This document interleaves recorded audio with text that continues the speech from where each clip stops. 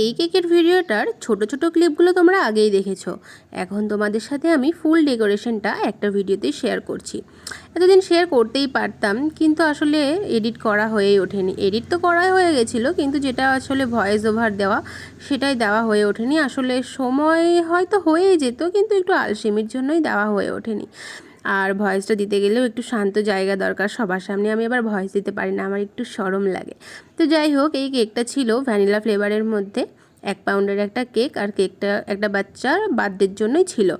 তো রেফারেন্স হিসেবে শুধু হানি বানি থিম বলা হয়েছিল আমাকে, আর পুরোটা আমি নিজের মতন করেই কাস্টমাইজ করেছি কেকটা, যাতে একটু কালারফুলও হয় আর বাচ্চাটারও একটু ভালো লাগে। তো সেই হিসাবে আমি আমার মন মতন করে কেকটাকে সুন্দর করে সাজিয়েছি, আর কালারফুল করার জন্য বেশ কিছু এখানে ছোট ছোট ফুল অ্যাড করে দিয়েছিলাম।